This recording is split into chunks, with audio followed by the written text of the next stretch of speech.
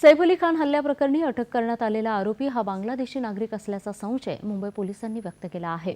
या प्रकरणी पोलीस उपायुक्त दीक्षित गेडाम यांनी आज पत्रकार परिषदेत अधिक माहिती दिली। हा आरोपी बांगलादेशी असल्याचा प्राथमिक पुरावा आहे। त्याच्याकडे कोणतीही वैध भारतीय कागदपत्र नाहीत।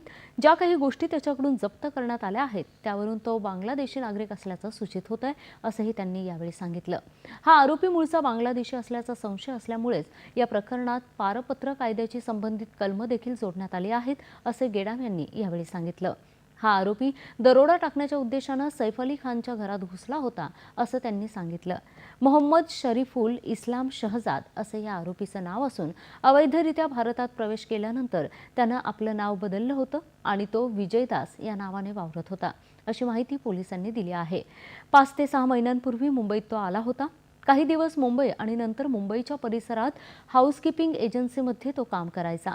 सैफ अली खानवर हल्ला केल्यानंतर हा आरोपी ठाण्यात कासारवडवली इथं लपून बसला होता। त्याला अटक केल्यानंतर आज त्याला न्यायालयात हजर करण्यात येणार असून पोलीस कोठडीची मागणी करणार असल्याचं गेडाम यांनी सांगितलं आहे।